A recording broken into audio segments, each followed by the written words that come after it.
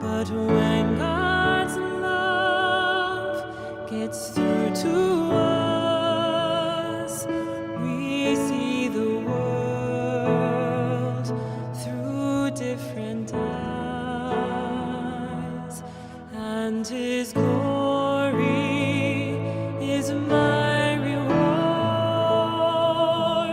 God's glory is the only thing I'm living for.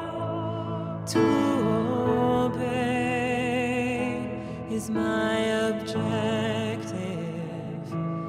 My suffering is expected. My life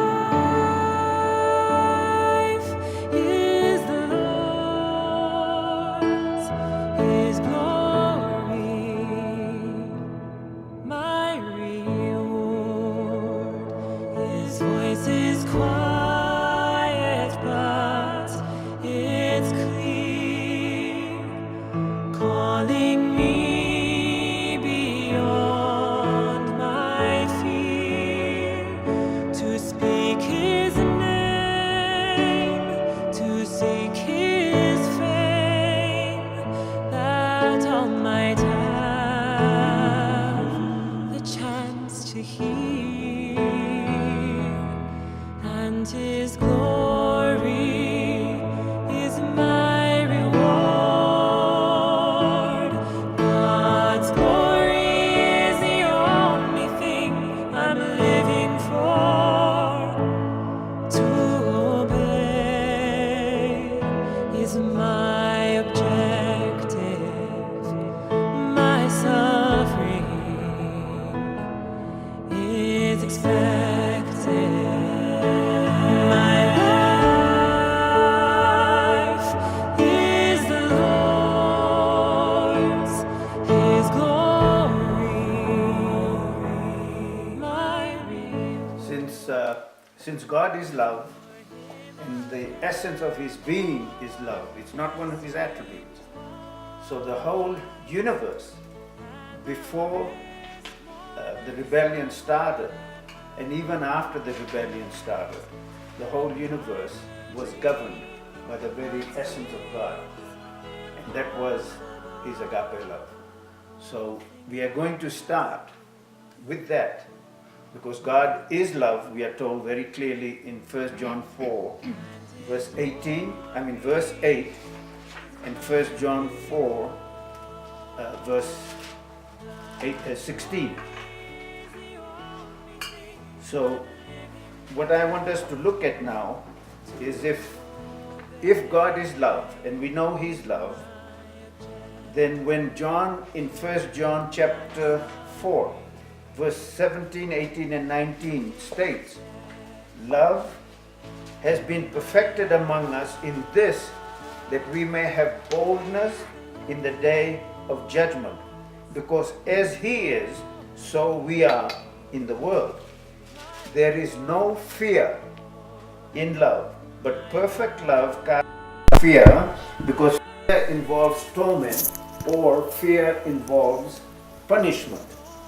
But he who fears has not been made perfect in love. Amen. We love Him because He first loved us. What John has stated, that if God is love, and that if in any way we have any kind of a fear towards God in terms of torment or punishment, that is not of God. Amen. So the whole understanding of fear of God and punishment of God did not originate in God's agape love. That originated when Lucifer introduced the rebellion.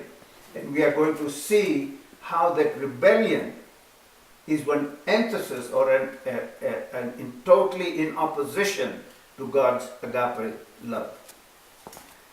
Okay, so one of the things that the main focus, well, there are many main focuses when you start studying the Bible, but one of the things that Ozzy and I have devoted ourselves to is the study of the symbolism of the tree of life and the tree of the knowledge of good and evil, and how and how that, I'm out of here, good.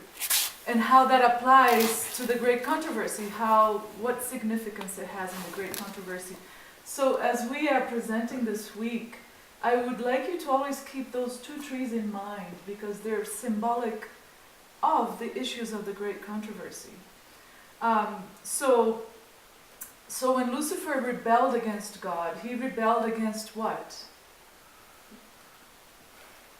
His authority. His authority, his love.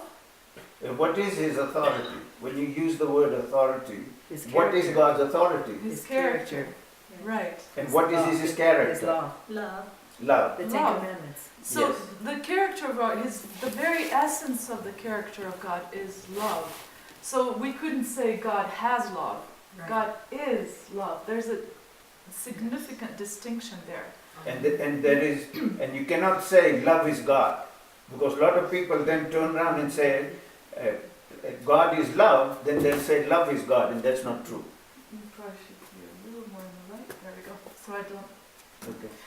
And okay, so when Lucifer rebelled against God, he managed to distort in our minds God's love. And I believe that if we understand that foundational point, then we'll start to understand God a little better. So the greatest definition of love is what? God's love. The greatest definition of God's love is what or who? His begotten Son. His Son. Okay, so you will forgive us. How do you say? Yasha. Yasha. I've Yeshua. heard Yeshua. Yeshua. So if we are used to saying Jesus, so I hope that's not offensive to you. So Jesus is the greatest definition of God's love. If you look at Romans 8 verse 39.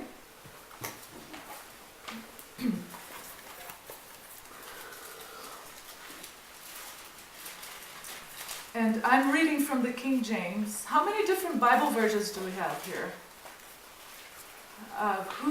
Who uses King James? Everybody. Okay, who uses something else besides King James? Okay, so which one are you using? This is the Revised Standard Version. Okay, and yours? King James. I happen to use what I have. That's Which what is I have fine. right now. I like to have different versions. And because I don't have internet right now, I only have King James. But I like to get different versions and compare. So my version says in Romans 8:39, nor height, nor depth, nor any other creature shall be able to separate us from the love of God, which is in Christ Jesus. Amen. Right? So Jesus is the greatest definition of God's love. If you want to know what that love is, we look at Jesus. And we must pay attention to what is stated. Nothing Nothing can separate can us. separate us from the love of God. Mhm. And then, of course, we have 1 Corinthians 13, right? We all know that famous passage. But I found that if you start looking at some of those Greek words, we get a greater understanding of what it means. So I'd like to just go through a few words. I'm going to start with verse 3. Well, let me start from the beginning. Though I speak with the tongues of men and of angels and have not charity, Or Yeshua. right? You could say it that way, or love. The Greek word is actually agape. Do you know that word? Does everybody know what agape means? Okay, we all know what agape means. So, though I speak with the tongues of men and of angels and have not agape love, I have become as a sounding brass or a tinkling cymbal. And though I have the gift of prophecy and understand all mysteries and all knowledge, and though I have all faith, so that I could remove mountains and have not agape love, I am nothing. And though I bestow all my goods to feed the poor, and though I give my body to be burned and have not agape love, it profits me nothing. Then we go into some of these words that I want to look at. Agape love suffers long. The word suffer in Greek is makrotumeo, And it means to be long-spirited, that is, forbearing and patient. To bear long, to have patience, to be patient, to endure. So, agape love has a lot of patience. It actually never runs out of patience, okay? And is kind. Agape love does not envy, does not vaunt itself up, meaning does not brag or boast about itself, is not puffed up, which means pride, does not behave itself unseemingly, and the Greek word here actually means inelegantly, you know, inelegantly, not in a crass way. It seeks seeks not her own. And here, to seek means to plot against life. It's to be a desire that goes against life, which is the essence of God as well. Is not easily provoked, thinks no evil, and the word think, it takes no inventory. That's what the Greek means. It takes no inventory of evil. So Lazia and I are in a relationship, we're husband and wife. If I have agape love towards him, I will never say to him, oh, and yesterday you did this, and the day before you did this. I'm keeping an inventory of all the bad things Ozzy has done. Agape love doesn't do that. Agape love forgets. You know, we know that God has put all of our sins at the bottom of the ocean, at the bottom of the sea. In some versions clearly say that God does not keep a record of our wrongs. Right. God doesn't. So somebody else does keep a record of our wrongs, but not God. Right. And going on with verse 6, agape love rejoices not in iniquity. And we're going to look at this word iniquity this week. And this word is fundamental to the great controversy because, I don't know if you remember, in Ezekiel 28, when it describes Lucifer, that he was perfect in his ways, from the day he was created until iniquity was found in him. So this word is pivotal in the understanding of what has happened in this great controversy and how it has distorted God's character. So agape love does not rejoice in iniquity, but rejoices in the truth. And can you see how iniquity and truth are juxtaposed? So iniquity is iniquity, and truth is the opposite of iniquity. So iniquity is falsehood as well. And we'll see also how that word is so connected to the word iniquity, falsehood. Because if you recall, in Revelation 12, the great dragon deceives the whole world, correct? And so there's the word deception, as opposed to truth. And also, the dragon in Revelation 12:3, he grabbed a third of the angels with his tail and cast them to the earth, correct? A third of the angels with his tail. What does the word tail mean? You know, cats have tails and dogs have tails, but in the Bible, how is that word defined? I believe it's in Isaiah 9:6. Is it 16? For the leaders of this people cause them to err, and those who are led by them, no, that's not the verse, led by them are destroyed. Here, 15. The elder and the honorable, he is the head. The prophet who teaches lies, he is the tail. So verse 15 tells us that when Lucifer took 1/3 of the angels, he as a prophet, not God's prophet, his own prophet, he became his own prophet. He took by his tail, which is lies, 1/3 of the angels by telling them lies. That's what that means. What verse is that again? Isaiah 9:15. 15. So, iniquity is totally opposite to truth, and iniquity, therefore, is deception. and lies. Okay? But inside that word, there's a whole world that needs to be unpacked, and we will do that this week. So, going on with 1 Corinthians 13:7. Agape love bears long. Okay? I'm sorry, bears all things. And the word bear from the Greek is stego, and it means to roof over. To roof over, that is figuratively to cover with silence.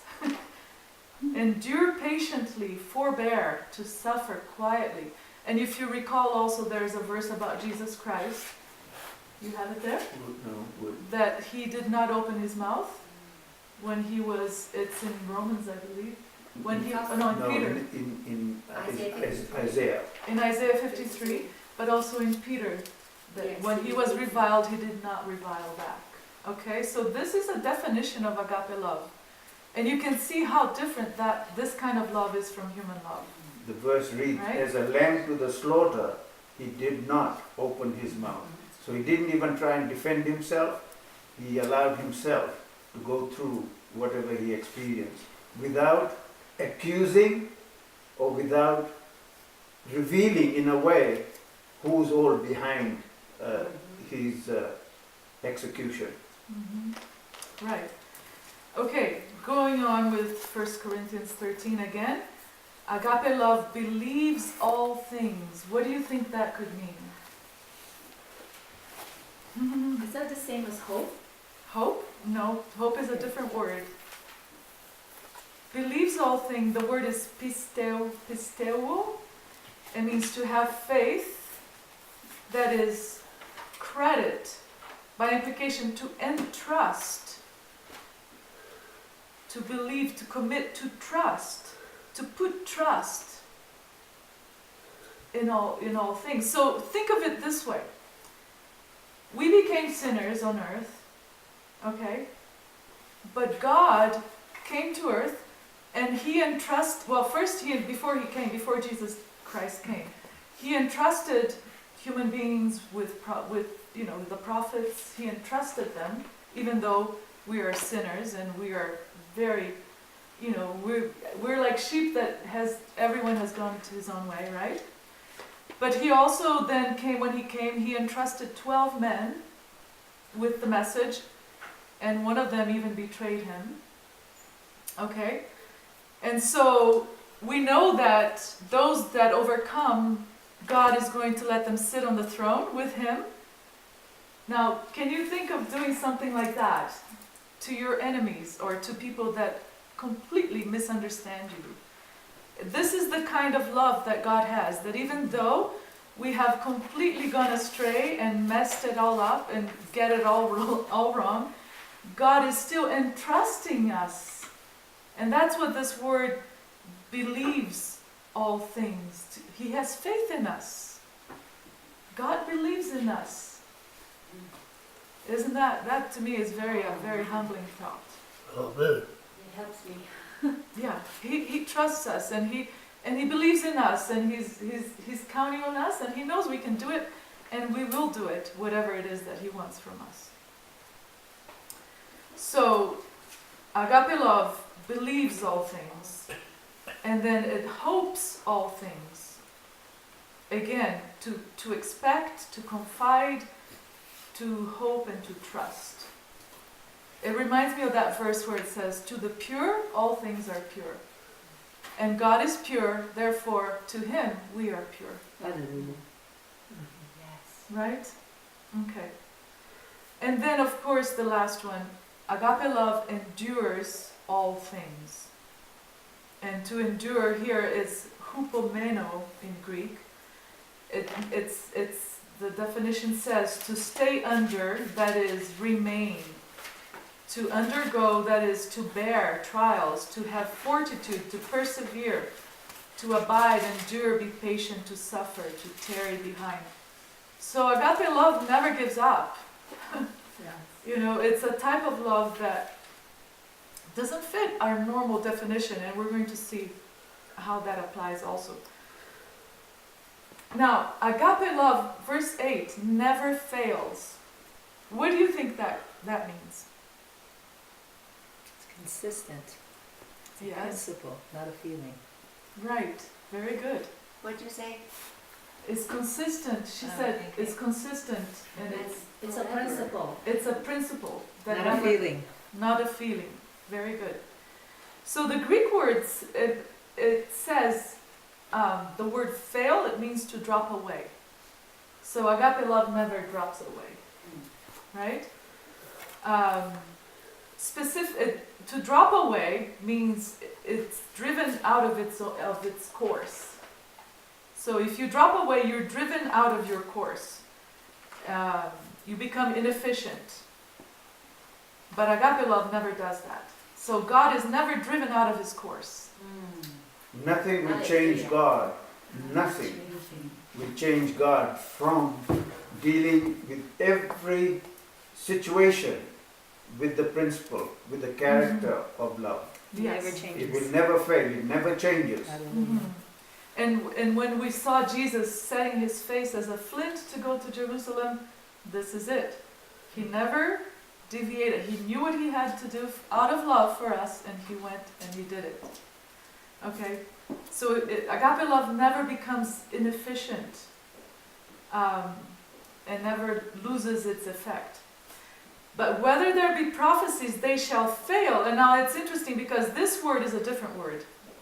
Where it says before, agape love never fails, is the word ekpipto. And this word, but whether there be prophecies, they shall fail, is the word katargeo, which means to be rendered entirely idle and useless. So, prophecies, whether they be prophecies shall be rendered entirely idle and useless, because once they're fulfilled, they're done, right? So prophecies are going to be, another word here in the definition is abolish, cease, cumber, destroy, do away, vanish away, make void. So prophecies are good until they're fulfilled, and then they're history. Whether there be tongues, they shall cease. They shall stop, they'll come to an end. Whether there be knowledge, it shall vanish away. That also is the word katargeo, which means it will be rendered useless. And then it comes to a very interesting verse in verse 9. For we know in part. Okay, now that word in the Greek is the word meros, and it means a division. Okay, or a share, like a section of an allotment. Okay, so we know just a little bit. We just know a little part of the whole truth. And we prophesy in part. But that which is perfect, and the reason why I thought the word in part is interesting and has to do with division, is because the word perfect has to do with completeness. Okay? So, that which is perfect, when that is come, then that which is in part shall be done away. And we're going to talk a lot about that in the context of iniquity this week. We're going to look at some words that will just open up a whole new understanding of all of this. So, going on in verse 11, it says, when I was a child, I spoke as a child. So we could say that when we know in part, we are children, correct? Mm-hmm. And we speak as children, because that's what we know. When we understand as children, and we think as children. But when I became a man, which means mature, I put away childish things. I'd like you to look at Hebrews 5:11.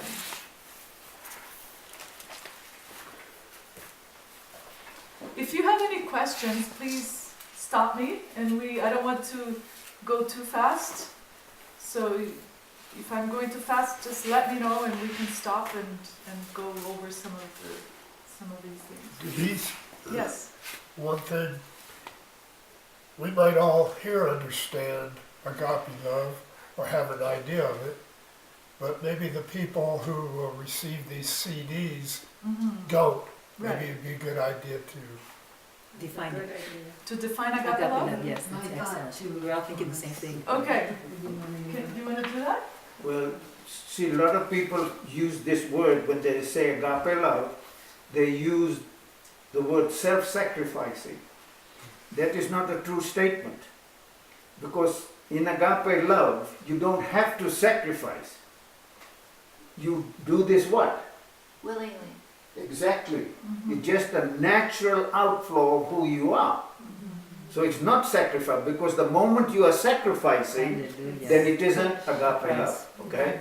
So agape love Oh, I love that. is exactly who God is. It's And, divine love. and we call that divine love, and that love is always focused on the other person. That love is never focused on itself, but always focused on the Hallelujah. other person. So, actually, I'd like to go. How about I complete this? Yeah, go ahead. It is unconditional. So agape love does not operate on the basis of conditionality. Agape love is not affected by circumstances. Right. So circumstances does not change God's character, God's love. So agape love is unconditional, and at the same time it is not affected or changes by any situation. All other kind of love is always controlled by the situation. So that's the Benevolent. difference. Is that benevolent? Benevolent? Benevolent. Which? Yeah. Agape love? Yeah. Yes. It is benevolent, but so is human Selfish love, Yeah. right? Okay, and so what we're going to do this week also is to make the distinction between God's love and human love, which came after sin came in, which therefore came from Satan. Okay, Yes. so Satan has a type of love, all right? But it's not, Satan always comes up with counterfeits. So there is, what we all know as love, as human beings, outside of God's love, is not God's love. Okay, it may look like it, but it's not in essence God's love. And that's why we're defining it through the Bible. Agape love, trusts everything, believes all things, and human love doesn't really do that, right? Human love fails, and human love, there are different Thanks, qualities to it. It ends. If I love you, Linda, and we're really good friends, and one day you start gossiping about me, and I hear about it, my love towards you changes. And that's the distinction. Because if I had God's love, my love would never change towards Amen. you. Okay? How about if I just read from Jesus' own statement, his own words? Jesus now, in a way, explaining what agape love is. You have heard that it was said, and I'm reading from Matthew chapter 5, verses 43 to 48. But normally I'll take the whole passage and go and explain it, but we'll just confine ourselves to Matthew 5, verses 43 to 48. You have heard that it was said, you shall love your neighbor and hate your enemy. But I say to you, now keep in mind what Jesus is stating also applies to him and also applies to whom? To God. So if you're telling us to be a certain way, then that must also be exactly the way you are. So when he says, you have heard that it was said, you shall love your neighbor and hate your enemy. But I say to you, love your enemies, bless those who curse you, do good to those who hate you, and pray for those who spitefully use you and persecute you, that you may be sons of your Father in heaven. Amen. For he makes his sun to rise on the evil and the good, and he sends his rain on the just and the unjust. For if you love those who love you, what reward do you reward have you? Do not even the tax collectors do the same? And if you greet your brethren only, what do you do more than others? Do not even the tax collectors do so? Therefore, you shall be perfect as your Father in heaven is perfect. What that means, that exactly what Jesus has stated is what the Father is like. So there's no difference in that definition of agape love. And that's exactly what God is like. And when we think and behave with that kind of an understanding, then we are perfect as our Father in heaven is perfect. And some people have used this word in a way that is not correctly defined the way Jesus has defined it. That's what it means to be perfect. And if you put that together with 1 Corinthians 13, for now we know in part, and we prophesy in part, but when that which is perfect is come. Okay? And that's Jesus. Then that which is in part shall be done away. So, and this word perfect, we're going to look at it later. It has a different significance. Well, let me just give you a little bit. It means complete, entire, not divided. And we'll see how we get to that. Okay. Any questions so far? Anybody's got any thoughts? Did you read verse 48 in Matthew 5? Matthew 5 verses 43 to 48. No, you did read 48. Yes. Okay. So, human love, what are the types of human love that we have? We have husband and wife, which is eros, right? Parents and child. Parent and child, which is what? Phileo. Fraternal. Mm-hmm. There's fraternal love. Right, fraternal love. Fraternal love. Any others? Brotherly love. Filial love. That would be fraternal, right? Fraternal Same is thing. filial. Uh-huh. I think there is one more, isn't there? Which one is it? I forget. Yeah, it's O-R-G-E. O-R-G, orge. Yeah, I believe that's what it is. Okay. Well, so right now we're just going to deal with agape love and phileo love. So if you turn to John 21, verse 15. What was it? John 21:15. We're going to see how agape love dealt with Peter. Now we know that Peter, before Jesus went to the cross, and Jesus was saying that before this night is over, all of you are going to forsake me and betray me, right? Yes. And what did Peter say? Not I. What exactly did he say? Do you remember? He said, I will never. although all may forsake you, Yes. I will not, right? And then we know what Peter did. He, before the cock crowed 3 times, he denied Jesus 3 times, right? So in John 21, well, before we go to John 21, do you remember when Jesus was resurrected and there was an angel sitting on the stone, right? And he was telling Mary and the other disciples that were there, he was saying that tell Peter to go to, I'll meet you in Galilee, but tell Peter also. Okay? And the reason he said to tell Peter is because Peter probably thought he had messed up so badly that he was going to be on the outside now.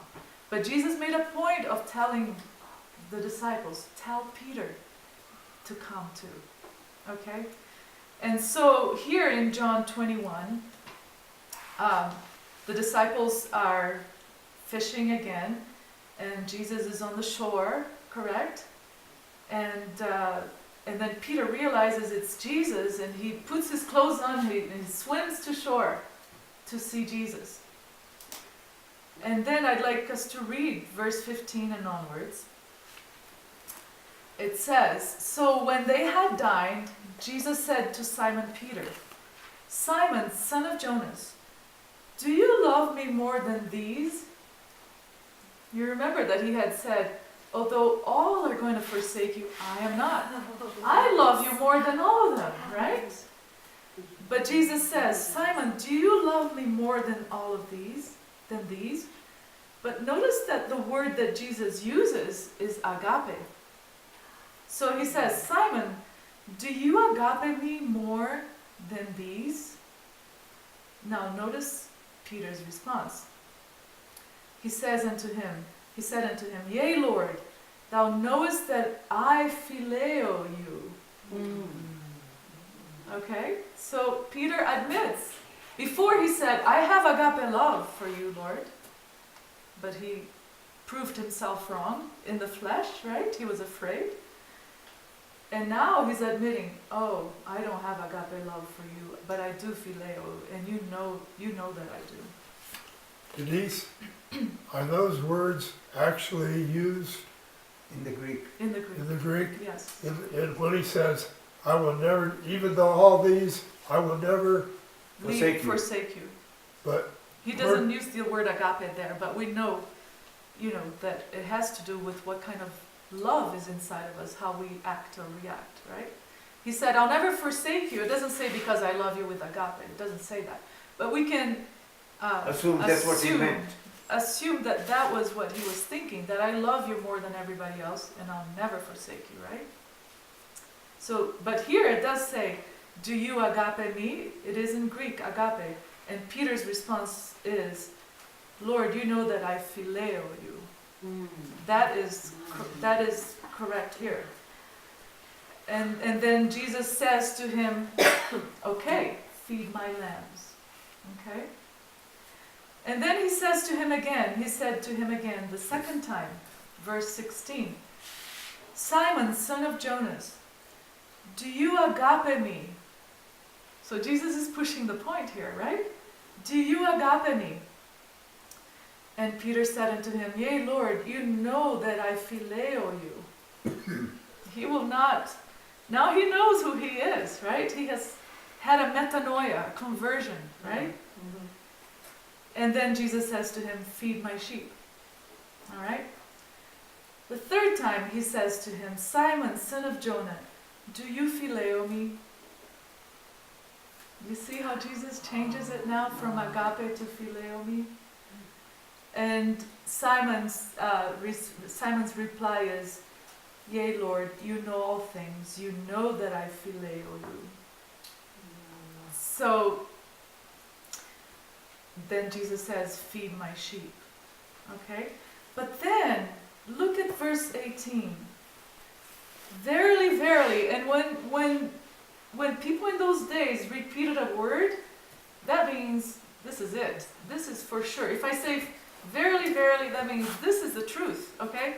Just like in Hebrew, the words most holy place, it's not most holy, it's holy, holy. It's two words, and it means, what's Confirmation. that? What is that? It's an assertion. Yes, and it's superlative, okay?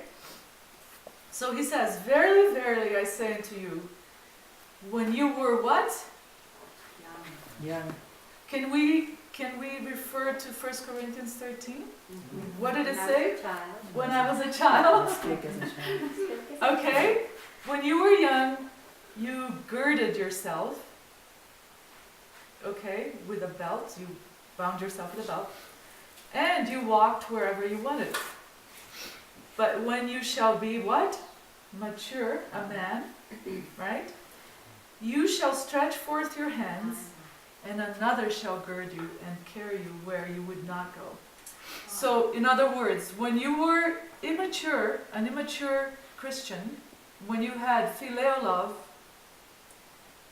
you took things into your own hands, and you went the path that you wanted to do, that the flesh was telling you to go. But when you become a mature Christian, somebody else is going to tie your hands and take you where you did not want to go, which was eventually the cross for him, upside down. Because he had the maturity to go where, with agape love, and to follow his master, Jesus Christ. Right? So he did not love his life to the death. Yes. So agape love transformed Peter.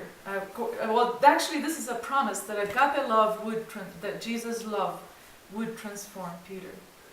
Okay? And we know that this is talking about Peter's death, because verse 19 it says, This spoke he, signifying by what death he should glorify God. Okay? So one of the one of the questions I want to ask you.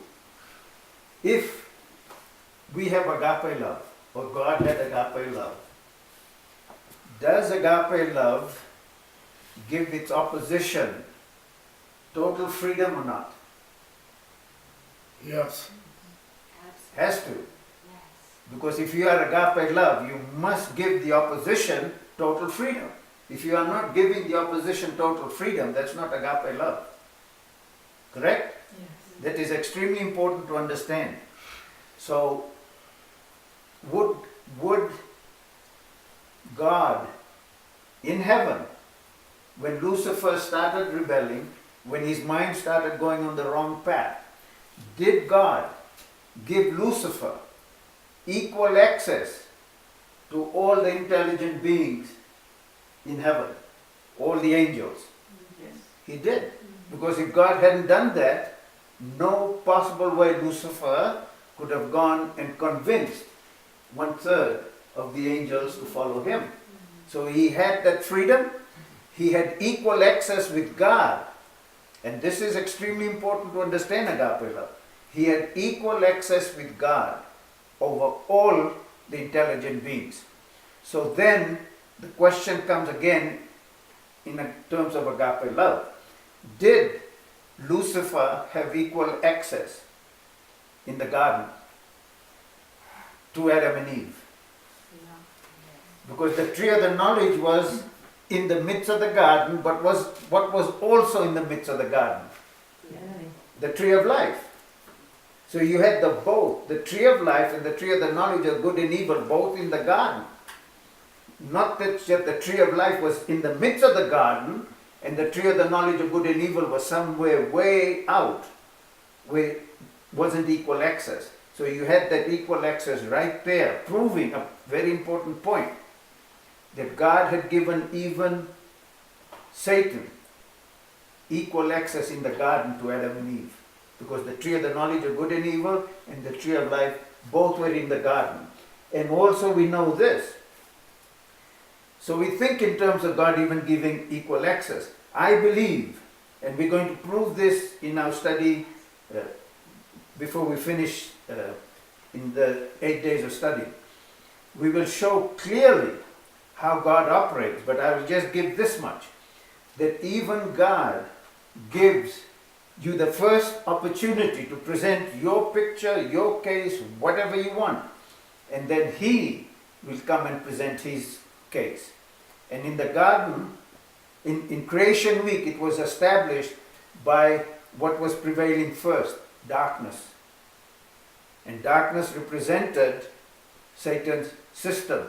Darkness was there first, light came afterwards. And darkness and light reflects God's revelation from Jesus Christ and Satan's revelation, or Satan's demonization of God.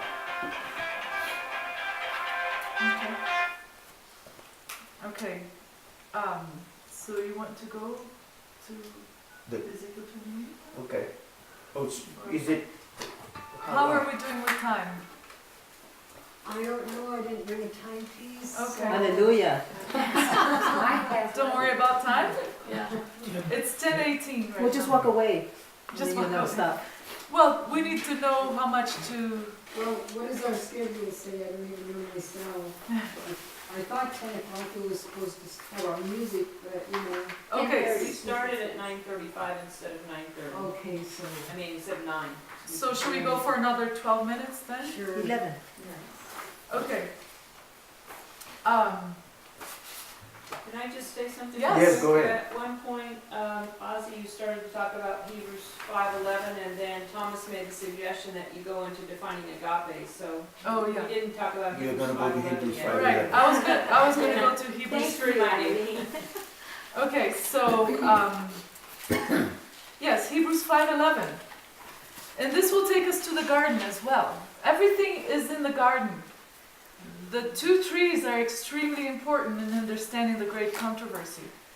So, 5:11, of whom we have many things to say and hard to be uttered, seeing you are dull of hearing. Okay, I should have started a little bit earlier, but you want to start a little bit? I don't have it there. Where is it?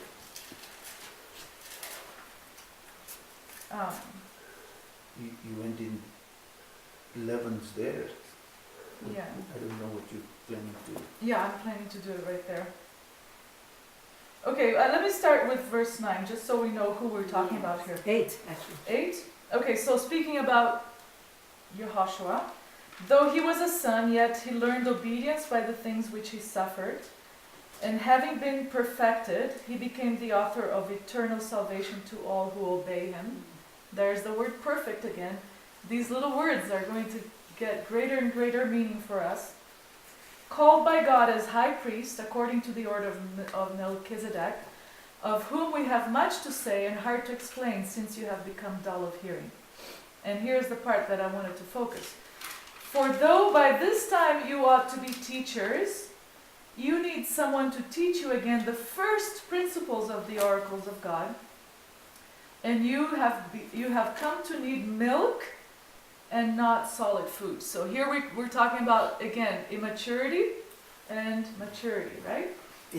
See, this, we must understand the context is what Paul is writing and stating in Hebrews here, is the difference. If what let's say I became a Christian in October 30th, 1976. What I understood as a Christian October 30th, 1976, and here I am at this time in September of 2016, and I still have the same understanding that I had 40 years ago, approximately. I have a major problem. Mm-hmm. And that's what he's saying, that if you are not maturing and growing, then this is a serious problem. Okay. For though by this time you ought to be teachers, you need someone to teach you again the first principles of the oracles of God, and you have come to need milk and not solid food. For everyone who partakes only of milk is unskilled in the word of righteousness, for he is a babe. Okay, let me explain that one again. Okay. So what he's stating in the same context of what I have just said, that if for everyone who partakes only of milk, which means to say that Jesus' revelation or God's revelation of himself will be what? Progressive in our lives. If it isn't progressing, then we are stuck in this category of still drinking milk. And God wants us to mature and start partaking of solid food. So the whole Christian walk should continue. We should never have come to a place where we stop studying, learning more and more of who the God of the universe is through the revelation of the person of Jesus Christ. Mm-hmm. Amen. Mm-hmm. So for everyone who partakes only of milk is unskilled in the word of what? Righteousness. Righteousness. Now, if you recall in Hebrews, there's a place where it says that Jesus loved righteousness and hated iniquity. Have you come across that verse? Jesus loved righteousness and hated iniquity. Chapter 1, right? I can't think of, I forgot where it is. Oh, no, it's not there. But Okay. anyway, it's there. We know it's there. So what that text is telling me is that righteousness is the opposite of iniquity. But they're on the same level, right? It's like you could say, I love Fuji apples, but I hate Macintosh apples. You're still talking about apples, right? You wouldn't compare, oh, I love Fuji apples, but I hate Valencia oranges. Well, you could, but you're so iniquity and righteousness are on the same plane here. Jesus loved righteousness but hated iniquity. So we need to find out what iniquity is, and we need to find out what righteousness is, right?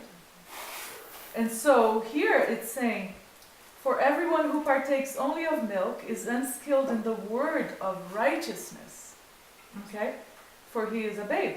And then it says, but solid food belongs to those who are full of age, that is, those who by reason of use have their senses exercised to discern both good and evil. Now, what does that mean? Don't we know what good and evil is? Don't children, even little children, know the difference between good and evil? Not today. Okay. This is telling us that maturity means discerning the difference between the two. So that means that, you know, we are not born knowing the difference between good and evil. It's only spiritual mature people that know it. And then again, I'll take you to the Garden of Eden. You have the tree of life. That is good, right? That represents God, represents life. It represents His righteousness. It represents Jesus Christ even. Everything that has to do with God is represented in the tree of life. But now, the tree of the knowledge of good and evil, that is death, because if you eat of it, you will surely die. But it has good in it. Can you see now where the potential for deception comes in? Right? It's the tree not just of death, it's the tree of the knowledge of good and evil, a mixture, a division. You see that?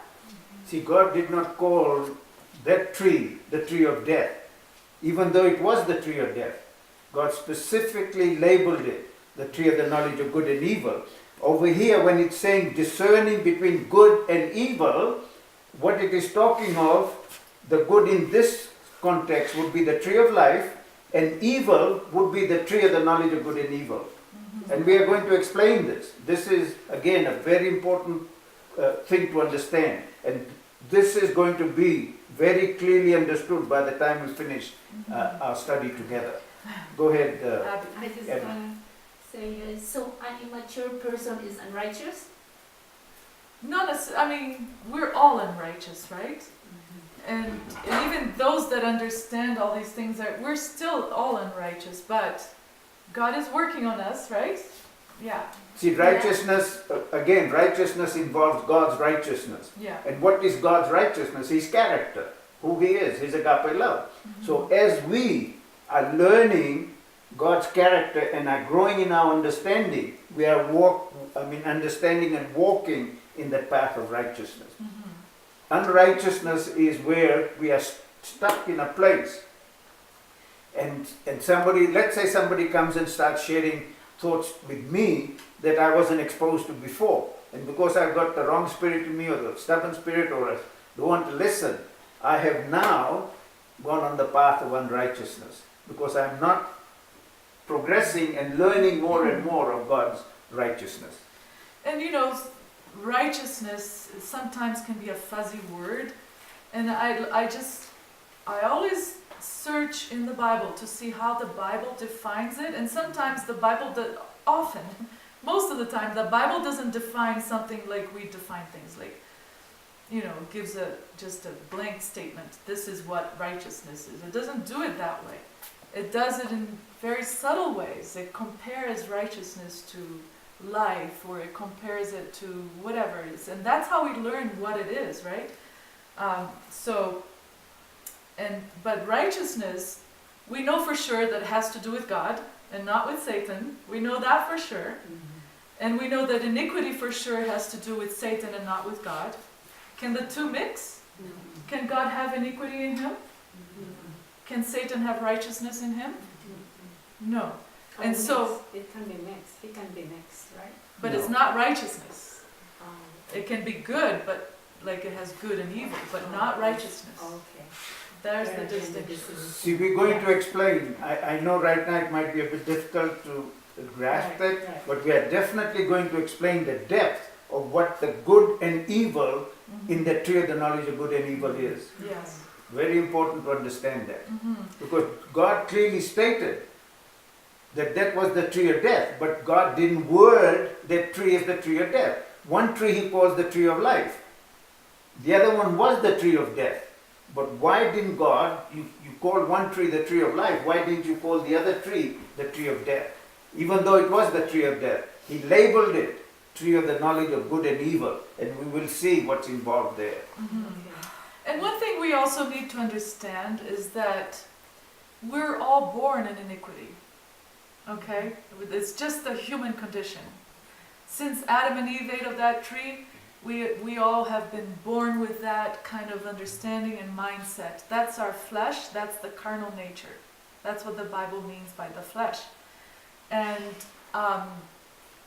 so we actually know good and evil really well because we've lived it, we think it, and that's why it's also hard for people to let go of it and to believe that it's wrong. But it's completely different than righteousness. We've been eating from that tree. We've been Yes. eating. We've been eating from that tree. See, when David made the statement that I was born in what? Iniquity.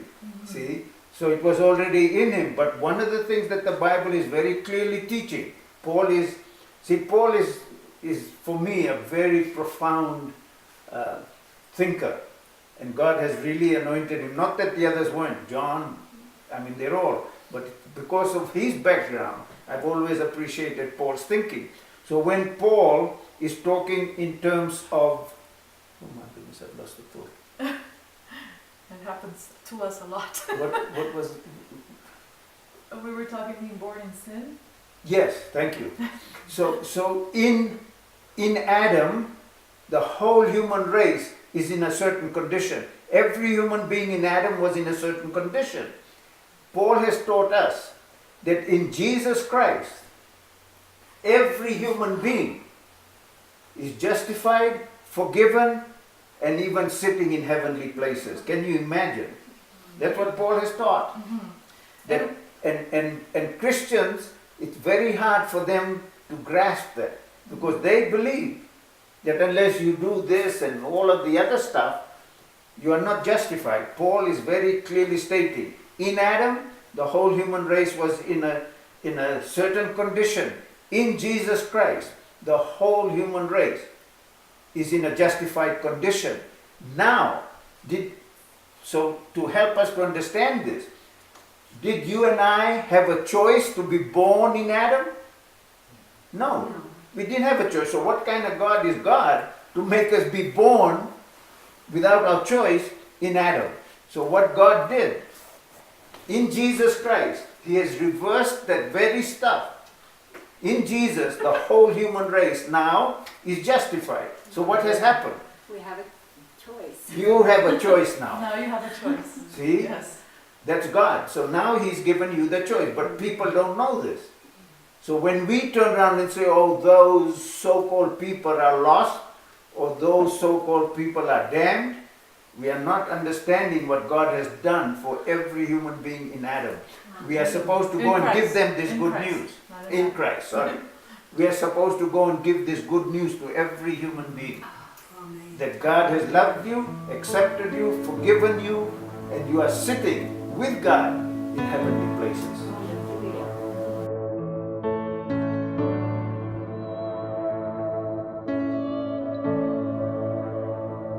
Surrender always has a price.